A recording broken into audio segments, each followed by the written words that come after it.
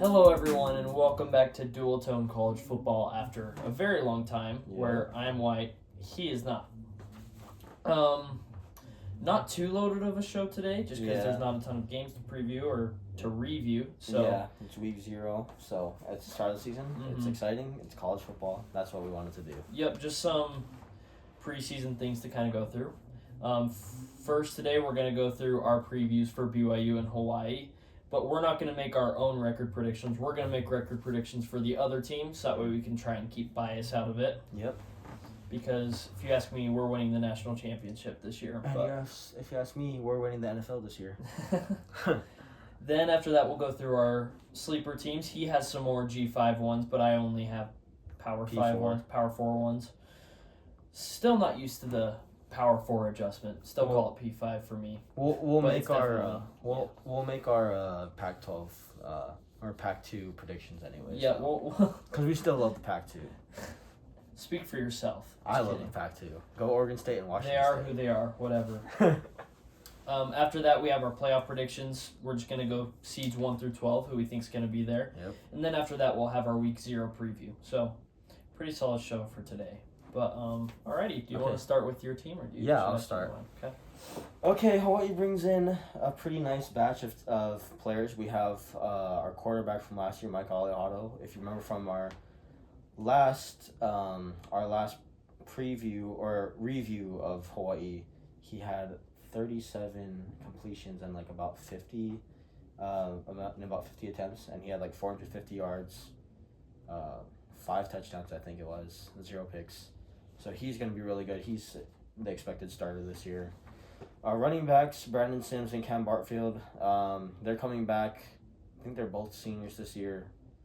So they should be good. They should be good enough for us. And our wide receiver room is actually really loaded this year. We're rated from Field Steel as the #1 Mountain West wide receiver room. We have Pofele Ashlock and Nick Senecal.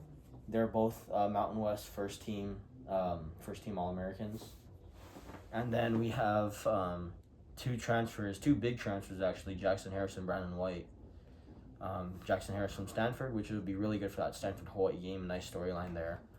And then Brandon White coming in from Kentucky. We had Nikhil Crowdis. He transferred in from Hawaii, he transferred from Kentucky last year to Hawaii, which convinced his buddy Brandon White to transfer to us. Sadly, he transferred to Wisconsin though.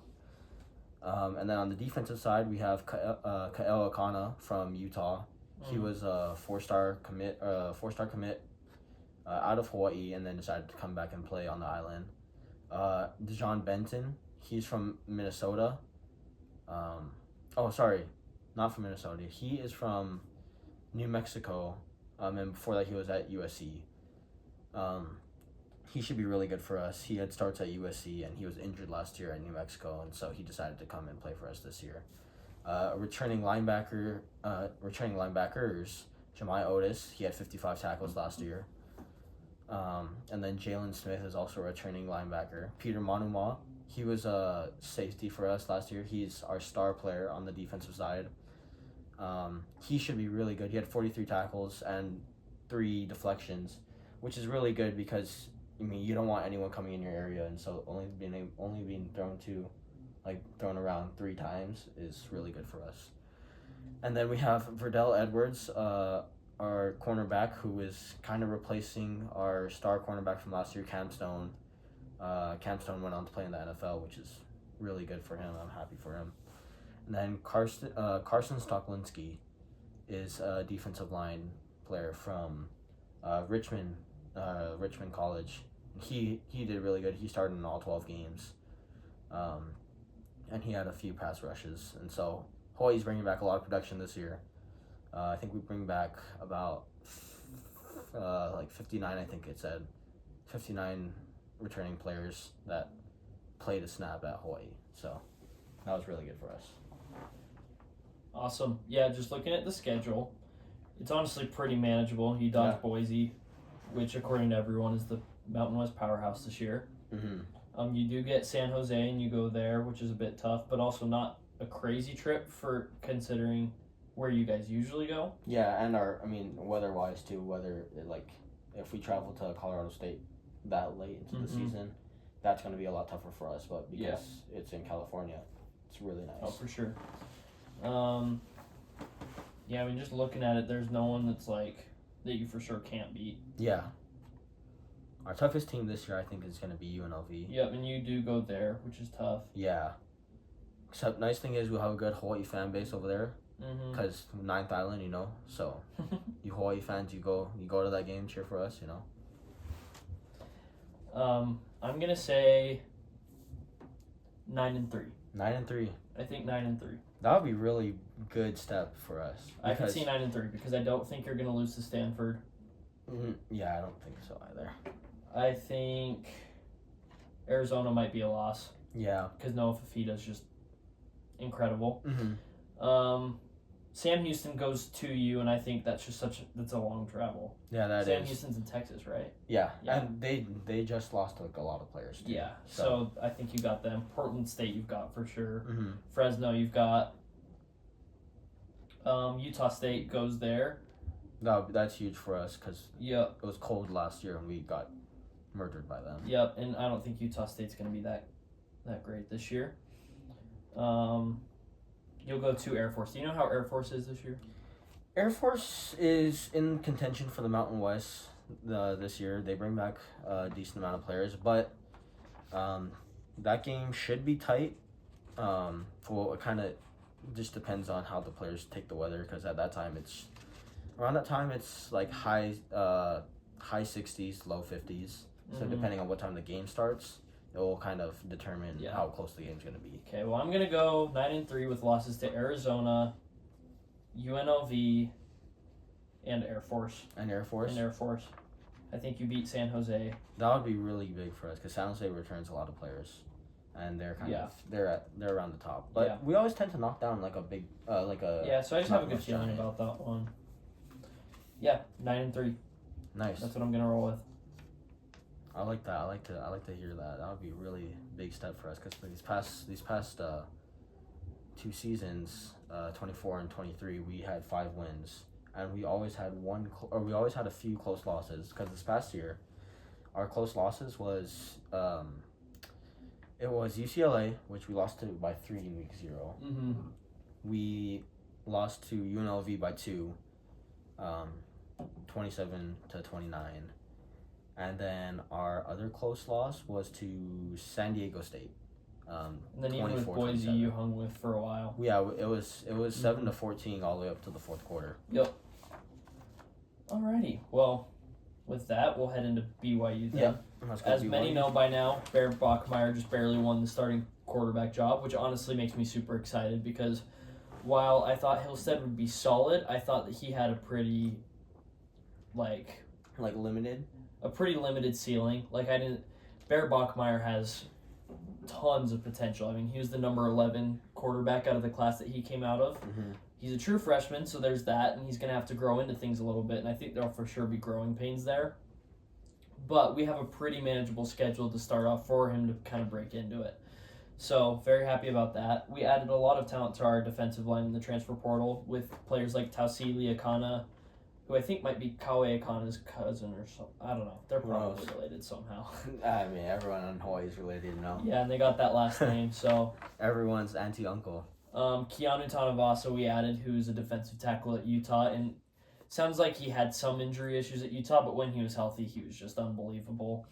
And I remember when we played Utah last year, he just ate our offensive line, and it was really hard to watch. So it's nice to see him on the other side of the game. Definitely enjoy having him with us. Justin Kirkland is another ad, and he is just incredible. He's super strong.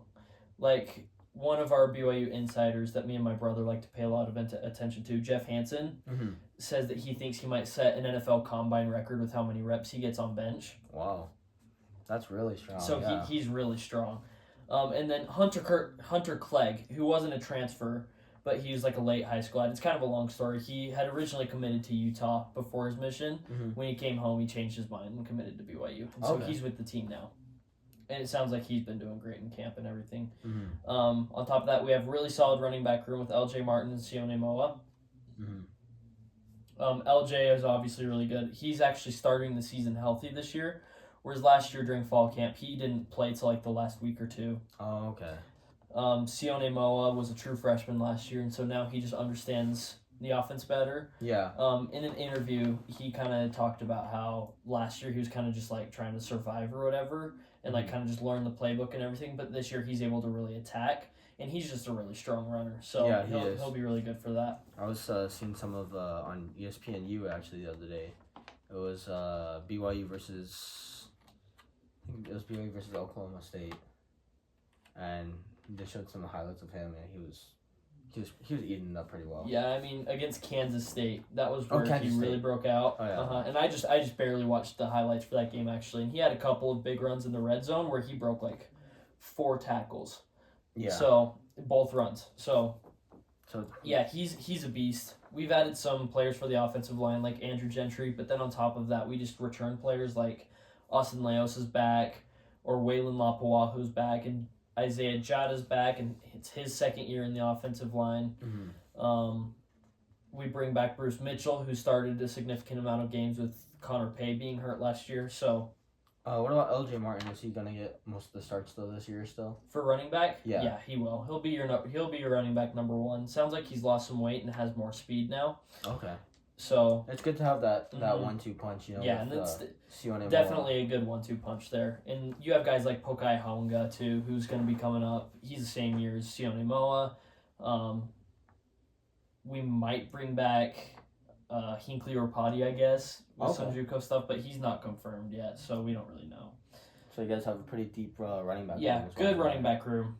And then, offensive line, like I was just talking about, we added some players. Andrew Gentry was from Michigan. We missed out on him in high school, barely. He won a national title with Michigan. I think he only started like 5 games or something like that, but he played in quite a bit more, so he's got plenty of experience. That's good. It'll be interesting to see how he fits in with the line. And then, just other players on the line that we brought back, which should be good. That's good. Our wide receiver room should be just as incredible as any time, despite losing Darius Lassiter and Keelan Marion, because we have some upcoming players like Cody Hagan and JoJo Phillips, who Cody Hagan was a track star in high school, super, super fast dude. JoJo Phillips obviously had some big moments last year, aside from dropping a few balls, but he should end up, what my brother compared him to, he said that he was a more athletic Darius Lassiter. Okay. So a faster version of Darius. That's good. That's good. Along with we still keep Chase Roberts, which is a big deal. Yeah, that was huge. I saw him at the Big 12 Media Days, and he was just talking about how excited he is for this team this year.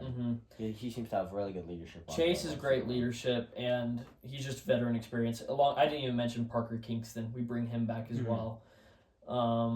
And then there's just other like Dominique McKenzie. There's Tiger Bachmeyer now, who just transferred in. I don't know how you say his last name, but it's Frisch Connect, something like that. He's a wide receiver, I guess, is shaking some things up. Okay. We have Tate Nakua coming up. There's just a lot of names in there that could definitely do some damage. So I feel really good about the wide receiver room. So what do you think is going to be the strong suit, the offense or the defense? I think the defense is still the strong suit, just because you're breaking in a new quarterback. Yeah. And our defense, I haven't even gotten into. I did talk about our defensive line, but our linebacker room returns pretty much everyone except for Harrison Taggart. Oh, okay. He only left because he was surpassed by Ciale Acera. Yeah. And Ciale Acera sounds like he's just a freight train. Like he runs super, super fast. So it sounds like our starting 3 linebackers are going to be Jack Kelly, Isaiah Glasker, who were both beasts last year, and now Ciale Acera. And then you have guys who are depth pieces like Chase Strother Bryant, I think is how you say his name. You also have Ace Kafusi. There's just a lot of guys. There's a lot of dudes in that linebacker room, and they should be just as strong as last year, if not stronger. That's good. Safeties are really strong again this year. You have Tanner Wall, Raider DeMooney's making strides, it sounds like. Falatau Satuala. He's a sophomore this year. Tommy Prassis is coming up. Tommy Prassis played a significant amount of time last year too, so he'll be even better this year. Cornerbacks, you have Jonathan Cabella, who's kind of making strides, it sounds like. Trey Alexander's really stepping up, and he's been one that I've been excited about for a while. Maury Bamba's had moments where Jay Hill says that he looks like an elite Big 12 cornerback. I'm missing Evan Johnson. Evan Johnson's also been, he was really good for us last year, and now he's got another year in the defense, so he should also be really good. So all in all, our defense should be just as good, if not better, than it was last year. I expect more sacks because we have better defensive tackles, I think. So it takes less double teams off of our ends to be able to actually go. Because Tyler Batty was great last year, but he was always getting double teamed because our defensive tackles weren't quite as good at being able to generate double teams. Because that's really a defensive tackle's job, is to force a double team. Yeah.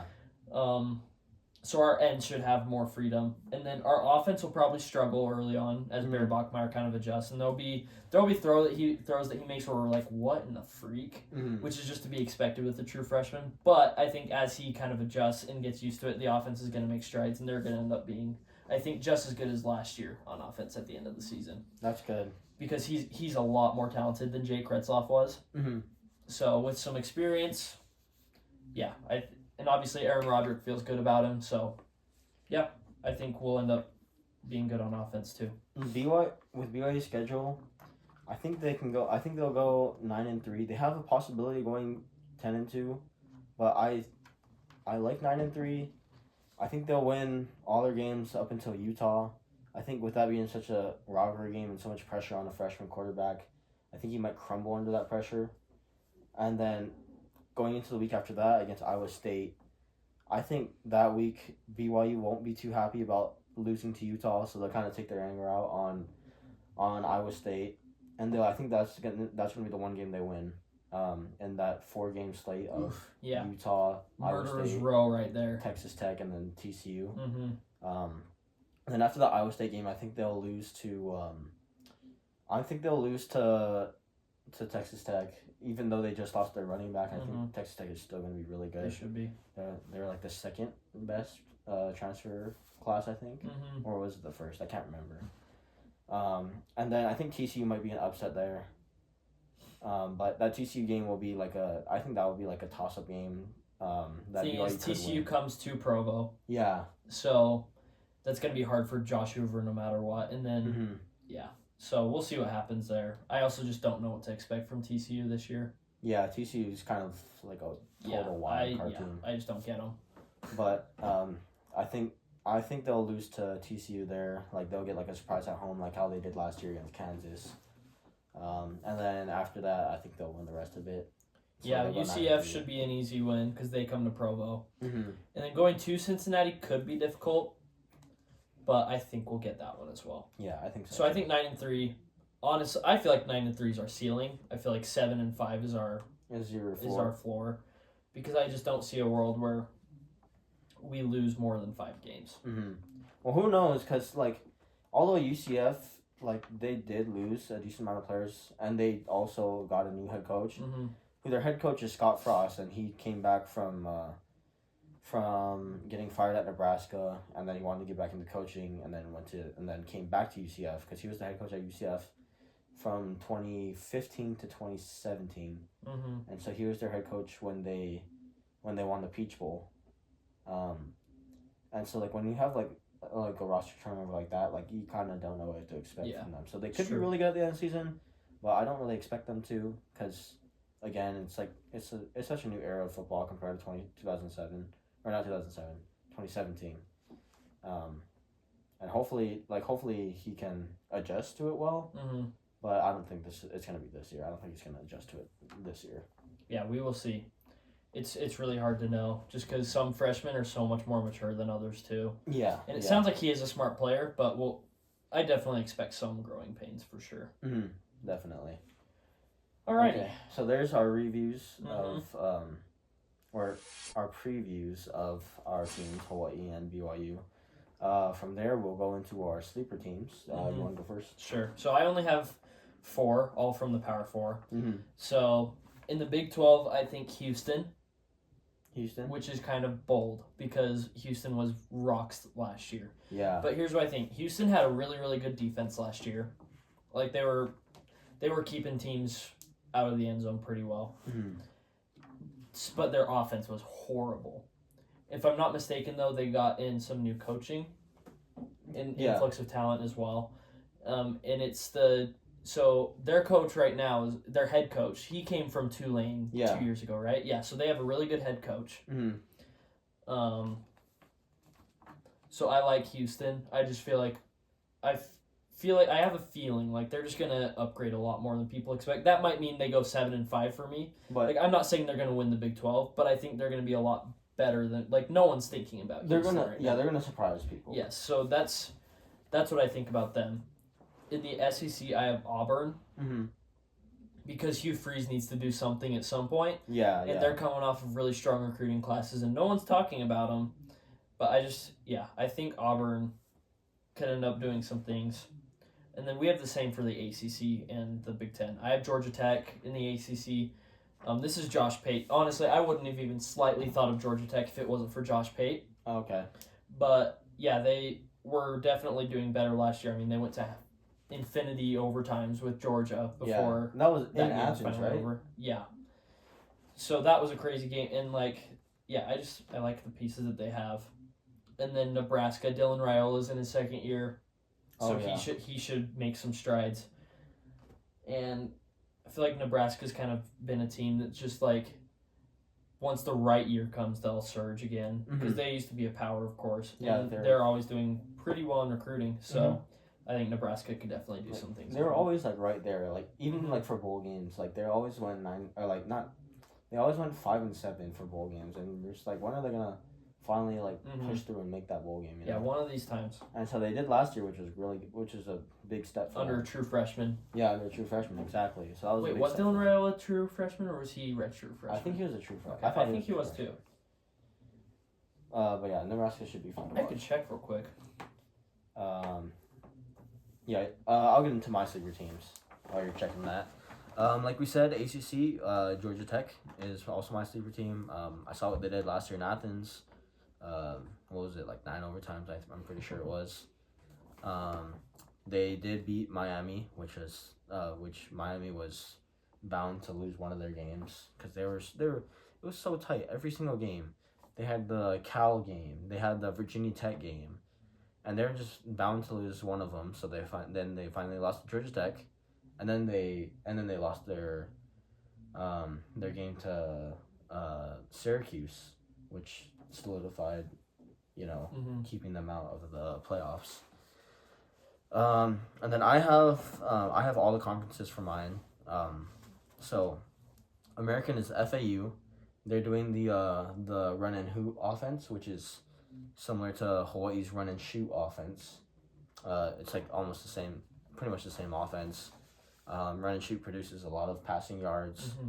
And if you're good at running, it opens up the passing a lot more. So you should see a lot of passing from them, and they could be a surprise team in the American. Big 12. I know you said Houston. I like Houston too. But mine's is West Virginia because they bring in Rich Rod, who is West Virginia. At least in my opinion, I think he's a West Virginia legend. He brought them to new heights. And so bringing him in along with all the transfers and all these new rules that he's putting in, I think they could it's a new team. It is. So they could either win the conference, because Big 12 is so much parity, or they could be at the bottom of it. So they're my sleeper team, and at the same time they're my wild card team because who knows what happens in the Big 12. Thing is with West Virginia, since it is a first year head coach, I think the more likely year for them to surge is 2026. 2026. Just because then that's when the coach's system is more implemented. That's kind of when BYU's defense had their surge, was Jay Hill's second year. Yeah. Because we were terrible in 2023 on defense, but 2024 we were arguably the best in the Big 12. So, yeah, I think the more likely surge for West Virginia would be a year from now, just since it is his first year as a coach. Yeah. But also, you do sometimes have where it's a coach's first year and they end up doing incredible anyways. Exactly, so, like Indiana.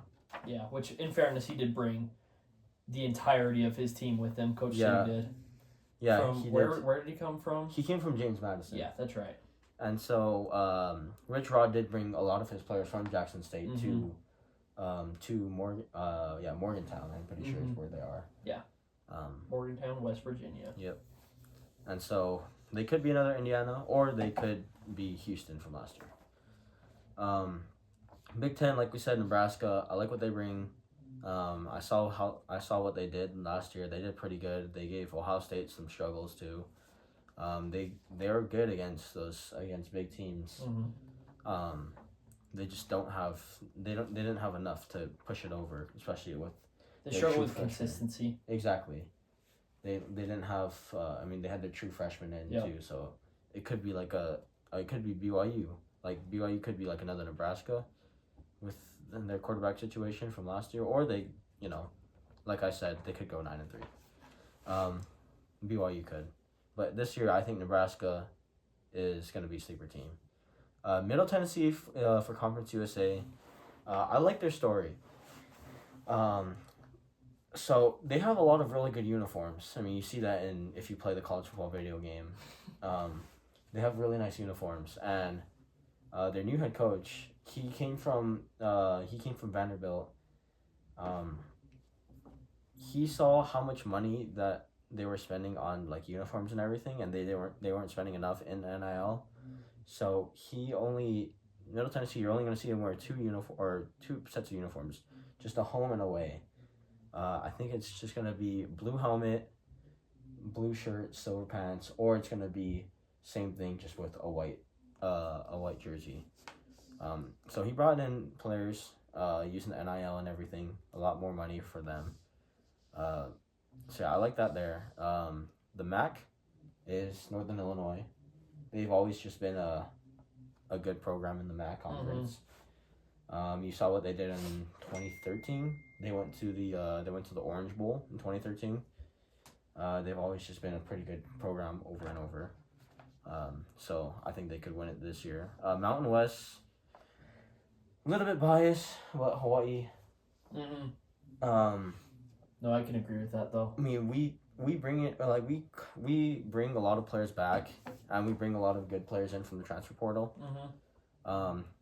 Our defense coordinator, Dennis Thurman, is in his second year. Last year, our defense put up a fight, which is really that's uncommon for us, because our defense hasn't been good for a long time, ever since 2010, I think, when we had our 10-4 season or 10-3 season. But other than them, it's gonna be New Mexico as my Mountain West sleeper team, because they bring in their Idaho head coach, Coach Eck. He brings in a lot of his transfer players too, from Idaho to New Mexico, so they could just be they could be like James Madison to Indiana, where they just come into the Mountain West and win. It's true. Sunbelt is Southern Mississippi. They brought in their head coach. They have a new head coach from Marshall, who Marshall won last year. They won the Sun Belt. And then he went to Southern Miss for money reasons. What is it called? Marshall did not want to give him more money, which he was well deserving of more money, but they didn't want to give to him. Right. And some other internal conflicts. And he brings in almost all his players. Because if you remember from last year, Marshall had to cancel their bowl game because they only had 20 players on their roster. Right. And then last one is South Carolina. A lot of people are sleeping on South Carolina this year, but I think they reload a lot of they're like a reload team, and I think they can come in and just continue to win. So that's my sleeper team for all the conferences. Yeah. Oh, and Oregon State is gonna win the Pac-12. Sleepers. They're my Pac-2. They're sleeper. All right. Alrighty. Playoff predictions.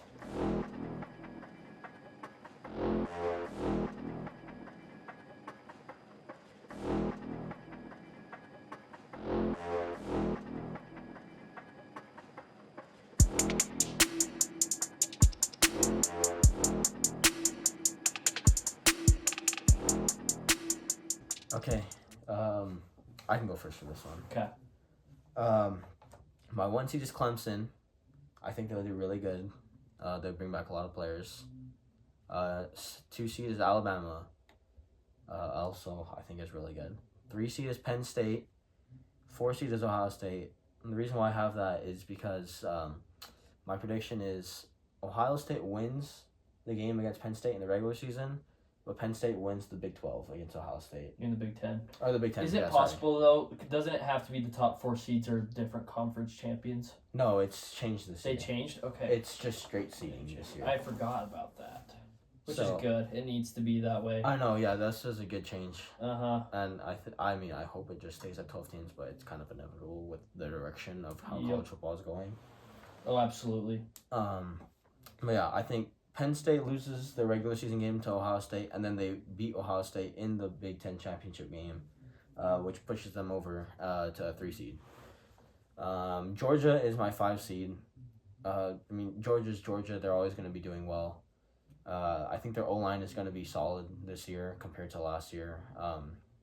And hopefully the wide receivers can catch the balls more this year because they had a lot of drops last year, if you remember. Mm-hmm. And then my 6th seed is LSU. Actually, I think I want to change that. Because what I just realized in my playoffs is I don't have Texas. Oh. Texas is going to the playoff. As I was making this, I kind of forgot about Texas. If you can pull up their schedule, could you do that real quick? Texas's schedule? Yeah. I'll make 6 seed. Texas is going. I'll make 6 seed Texas. It'll kind of change a lot of things actually. I'll do 6 seed Texas. 7 seed is Notre Dame. Because Notre Dame, I mean, they're always doing well. Mm-hmm. 8 seed is I'm gonna change my 8 seed to LSU. Because I think LSU is gonna do well, but who knows? I mean, they always have a tough schedule. They play Alabama again. I'm actually lower on LSU this year. A lot of people are high on LSU, and I can see why. And so last year, people were also very high on LSU, and then they underperformed again. Yep. So who knows? But I like LSU. I like LSU this year. So I'll put them at 8 seed. I'll put Arizona State as my 9 seed. I think they'll win the Big 12. Again, even although they lost Cam Scadaboo, yeah. Although they lost Cam Scadaboo, I think they can still do well with what they have. I mean, they bring back a lot of their players. I think so too. Besides him, but I think without Scadaboo, they don't win the Big 12 last year. They don't win the Big 12.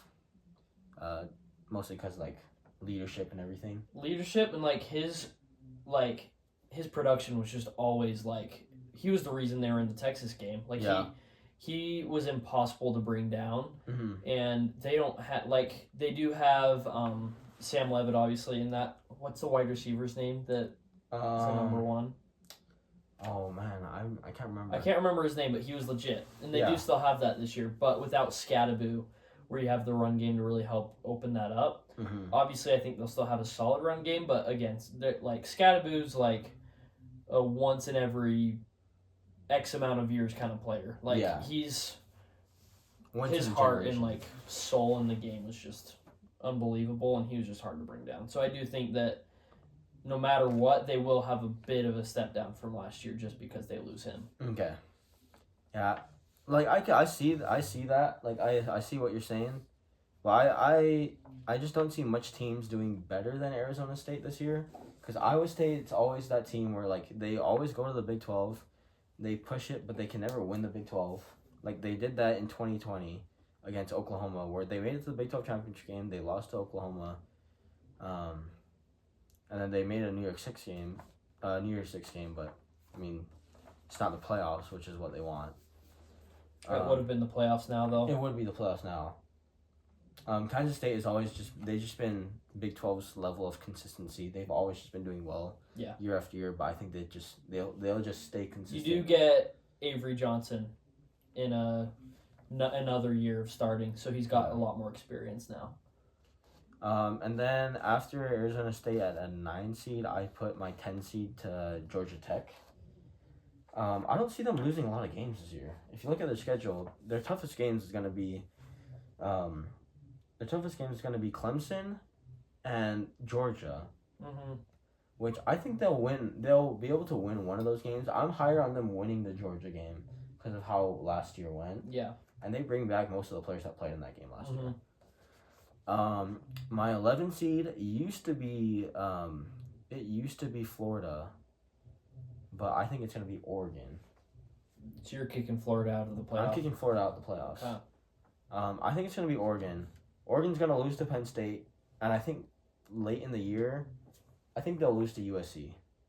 Because if you see what USC brings, I mean, they're bringing a lot to the table again this year. And, like, although they didn't do well last year, not as well as USC fans wanted them to do, I think USC is going to pull off an upset or two. And I think one of them is going to be against Oregon. So that's why I have Oregon as an 11 seed. And then my 12 seed, what were you going to say? I think USC will be better this year because they do have a new defensive court. They have him in his second year now. So it's kind of like what I was saying with Houston, where you'll probably have that surge with the system really being in place there. However, I still think that they're going to have some struggles this year just because it's USC and they always seem to have struggles. Yeah. But that they could completely break that this year, and I'll be looking back being like, okay, that was stupid. But that's why I think USC is not. That's why I don't have them in my playoffs. But I have them upsetting Oregon late in the season to bring Oregon down to an 11 seed. Is that at USC or at Oregon?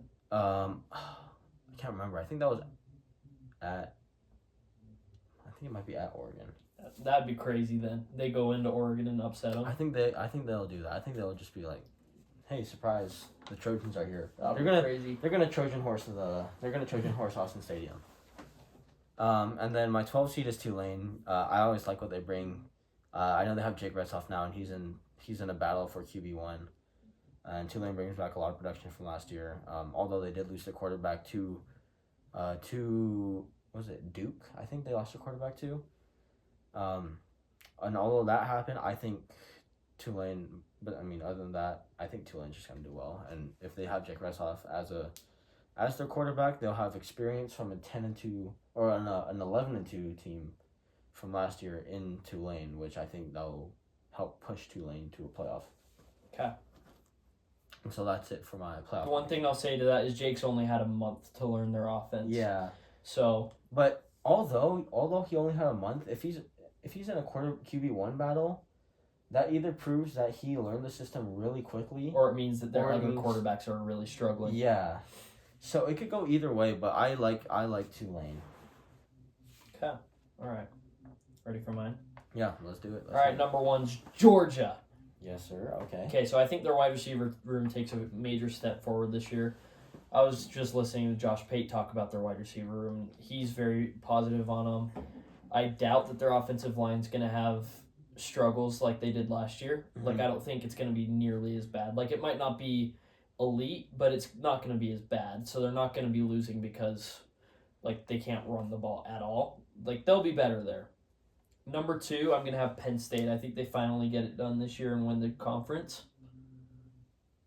I just have a good feeling about it. Yeah, they'll finally get over that hump, you know? Yeah, I mean, eventually, you'd hope after this many years of falling just short of it that they would finally be able to do it this year. I mean, this Drew Aller will be good. So, Number three, I got Clemson. I don't really see anyone contending with Clemson other than I think Miami's going to struggle because Carson Beck wasn't good last year. Yeah, it could be that Carson Beck struggled because of the quarterbacks and offensive line. Yeah, it's hard to know. So if it was, but he did throw some things where I was like, "What in the world?" Yeah, there was some of that. So, who knows? Number four, I have Texas. Arch Manning, I think, should be legit this year. They'll be a really good team, a force to be reckoned with. Yeah. Which means that I have a Georgia versus Texas rematch in the SEC title game. They keep on playing each other so much, and Texas can never beat. Yeah, and here I would have Georgia beating Texas again. So. Yeah. Number five, I have Ohio State, which means that it's an Ohio State versus Penn State Big Ten championship in my book. Ohio State's just always going to be there. They'll always be at the table. I think they'll be really good again this year. Like, although they're having Julian Sain as their quarterback, although it's a new quarterback, like a lot of these big teams have new quarterbacks. But if you look at what they have surrounding them, if you look at what's around Jeremiah Smith is a dog. He's so good. And like, these big teams, they always have a good quarterback, and because of their coaches too. Their coaches are so good at developing these quarterbacks that they'll just be able to roll right in. No doubt that the quarterbacks are talented as well. So, yeah. Number 6, I have Alabama. Bama's going to be good this year. It's Kalen DeBoer's second year. People were too hard on him last year. Mm-hmm. All across the nation, people were too hard on him. Yeah, Obviously, that Vanderbilt loss is definitely head-scratching, but there's going to be growing pains with the first-year coach. And then that Oklahoma loss was a big surprise, but again, that too. like we said, growing pains. And then losing to Michigan in the bowl game wasn't good either. But I think they take a major step forward. Mm-hmm. Jalen Milroe was majorly inconsistent last year, so I think that has to be part of it. Yeah, I agree. They should be at the table this year competing for a national title. I'll be pretty surprised if they're not. Yeah. Number 7, I got Oregon. They got really good talent all across the board, as always. They always will. Again, Dan Lanning's, of course, an incredible coach. Again, another quarterback change. Mm-hmm. Another quarterback change, but sounds like he'll do just fine. Mm-hmm. So, number 8, I have Florida. Number 8 is Florida. Okay, so you think they're going to go 10 and 2? DJ Lagway is legit. But, he was injured lately, yeah? Yeah, but still. If he can stay healthy. Yes, there's a major asterisk there because he does have to stay healthy, but I think Florida, number 8 seed. Number 8 seed. So what, 10 and 2 or 11 and... Well, I think if they go 11 and 1, they'll be higher. So I'm guessing you might have them at 10 and 2. 10 and 2, yeah. Because their schedule is it's like a murder. Well, the thing is, 9 and 3, Florida probably makes it to the playoff. Hopefully, it depends on how everyone else does. It does. If you look at what everyone else has, just considering their strength of schedule, and 9 and 3 Florida is probably in this playoff. Yeah. Now 8 seed probably not, but I'm pretty high on Florida this year. 9 seed Notre Dame. That's a good one. Freeman's just a great coach. Yeah, good coach, good person. Mm-hmm. He always seems happy and they tend to get things done. So I feel good about Notre Dame still. Yeah. 10, I have Kansas State. 10 is Kansas State. So I love Avery Johnson. Mm-hmm. Super talented dude. He's got his second year as a starter in the offense, so I think he takes a massive step forward. Is Iowa State and Kansas State on a neutral site? Yeah, they're gonna be in Dublin, Ireland this year. Farmageddon cool. In Ireland. That's cool. Yeah, so we'll be able to tell pretty early on if Kansas State's gonna be legit or not. Because Iowa State, though, they're not a tier 1 team. They're a really good test. I think this will be a good game setter for both of those teams. Mm-hmm. We'll get into that later. Yeah. 10 Kansas State. 11 I have South Carolina. That's a good pick. Lenore Sellers is amazing. I think he could be a Heisman contender. He could be, and he's up there in the odds for it. So and if you just think about the Heisman race, there's no quarterback in the nation right now that you could point and be like, he'll probably win it. Exactly. Yeah. Last year, you had players like Cam Ward that you could point to, and it ended up being people who we wouldn't have expected, like Ashton Gianti and Travis Hunter, who were the main finalists. But you did have different quarterbacks who we knew would be really, really good, like Cam Ward, Carson Beck, Quinn Ewers. We thought could maybe, but he ended up not being as good. Yeah, and then now it's just it's an open field. Yes, for everyone. Very open field. So, I think South Carolina will be in it, and then 12 I have Memphis because Memphis just tends to be super consistent. Mm-hmm. And honestly, I don't know G5 as well, anyways. Okay. But Memphis just feels good. Memphis, that's a good pick. Yeah. I'm a big G5 guy because I'm a Hawaii fan, of course, and we're a G5 team, and I always like to cheer for the underdogs, especially G5 underdogs too, and so hearing Memphis in there, that's a good pick. Yeah, I like Memphis. Okie dokie, so let's get into our preview. Week 0 games. Now that we're done with playoff predictions, not many crazy games to. Yeah, the main focus of that day though is gonna be Iowa State, Kansas State, early in the morning, 10 o'clock Mountain Standard Time. What do you think of that game? So, Kansas State is a 3-point favorite. This is a top 25 matchup, at least according to preseason rankings. It's easily the most exciting game of Week 0, which we obviously talked about. Yeah. Iowa State and Kansas State both returned their quarterbacks. Yeah, I think they both returned quite a bit. Isn't that Rocco Beck and Avery Johnson? Rocco Beck versus Avery Johnson. Yeah. And this is a game towards the end of last season that was super close. Yeah. So, and Iowa State ended up getting the better of Kansas State there. Mm-hmm. So I'm gonna say I think Kansas State wins and covers. Kansas State. I think so. Agree with that too. I think Kansas State. If I had to pick anyone else besides Arizona State, it would be Kansas State.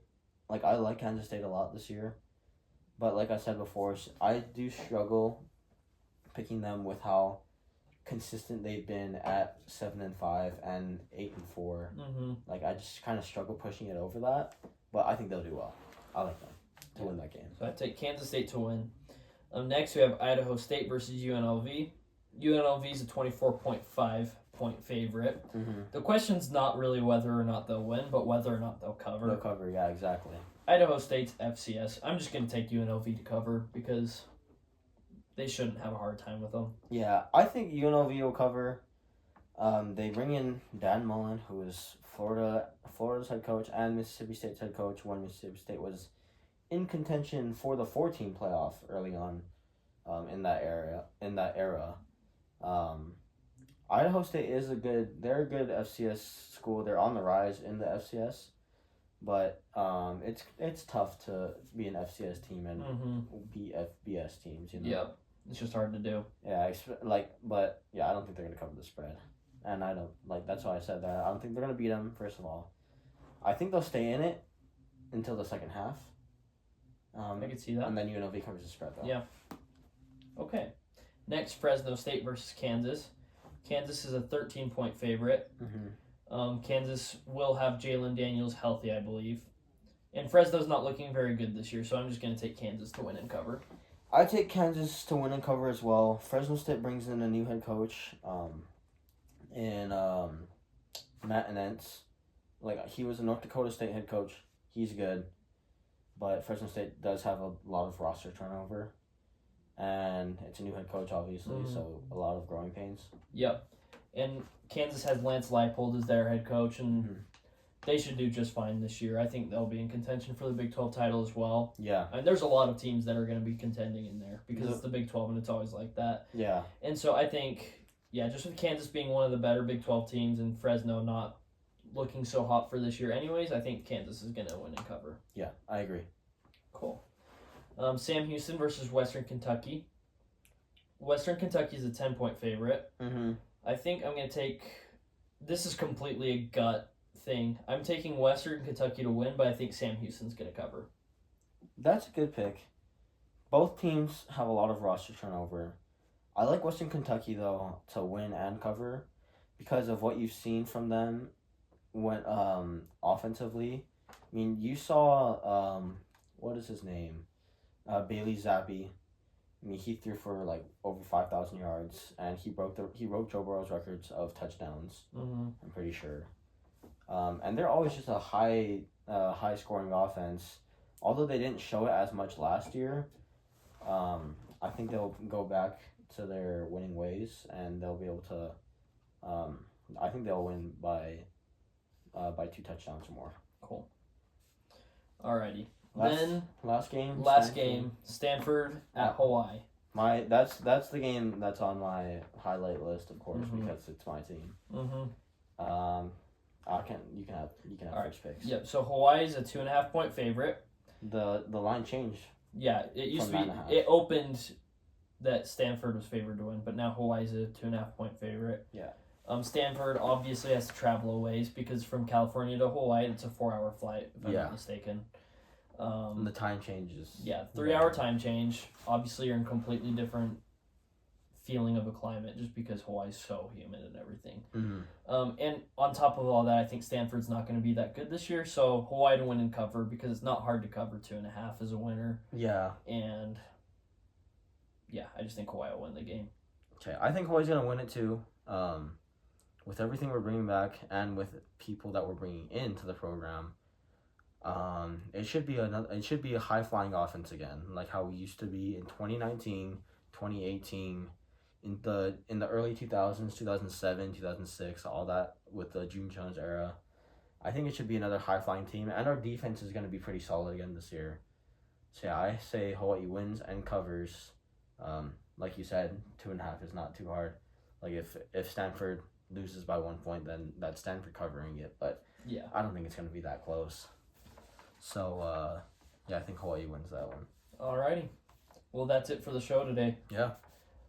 It's been a while. Been good to get back at it.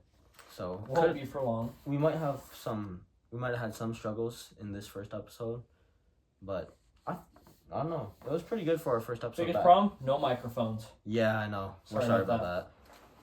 But yeah, thanks for listening, and we'll see you next time. Yep. Aloha and mahalo.